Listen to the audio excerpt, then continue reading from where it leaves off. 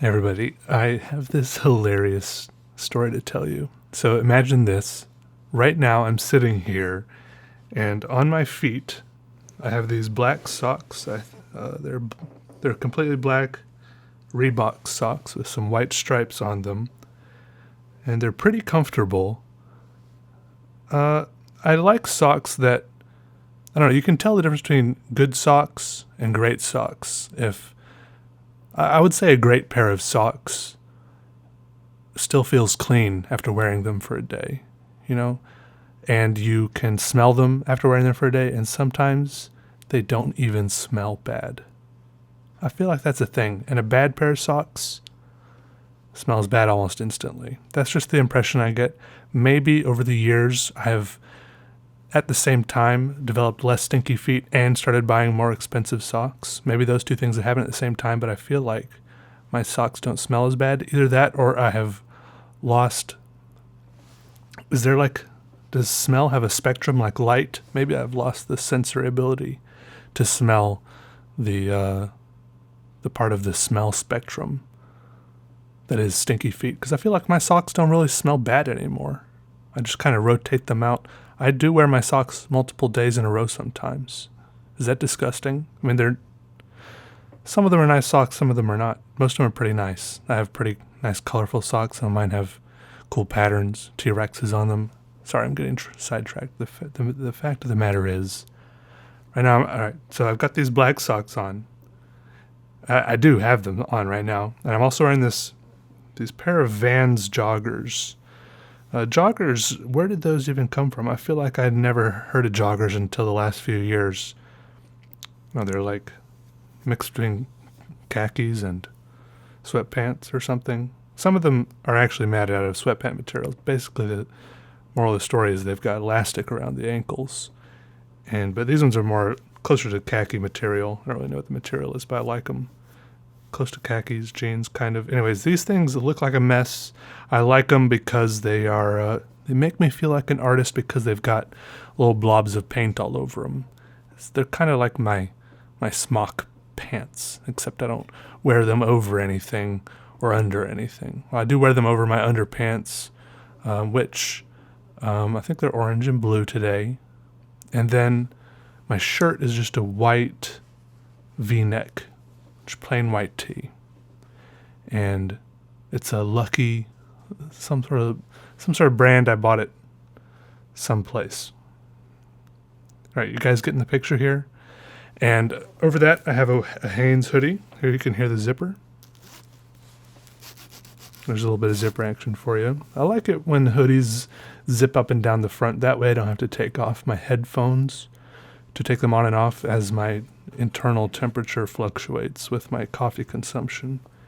And then over that, I have a Dockers jacket. Dockers is a brand, I'm pretty sure, yeah. And it's a light gray hoodie and kind of a light navy blue jacket. I think this jacket used to be much darker, but it's pretty old. I got both of these items used. This hoodie and this jacket are probably two of my favorite clothing items, and they're fairly nondescript and plain looking. This is my favorite hoodie, and it might be one of the cheapest hoodies I have. My other favorite hoodie is just like a plain gray Champion hoodie, and I have it kind of puzzles me. I have like a lot of other hoodies that are like fancier and have these graphics on them or like fancy brands and stuff like this. And maybe it's just one of those if it ain't broke, don't fix it things, because these simple hoodies seem to be my favorite ones. Anyways, this Hanes hoodie I'm wearing now, and maybe it's Fruit of the Loom.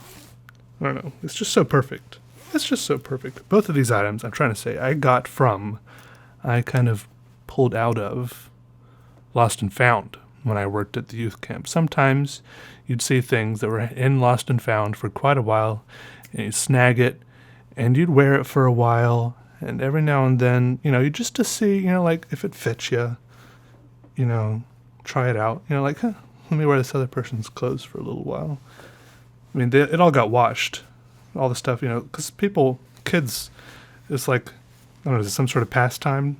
Maybe the kids like unloading clothes that their parents gave them, just leave them at camp And that was a good excuse. I know I left my clarinet in middle school the very last day of middle school, so I wouldn't have to play it anymore.